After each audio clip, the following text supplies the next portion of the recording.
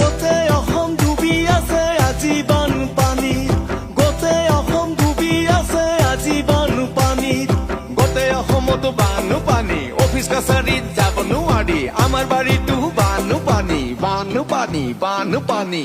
অপিতি মাৰুনিয়া ধূপ মাৰা চিন্নাংগা নুকিয়া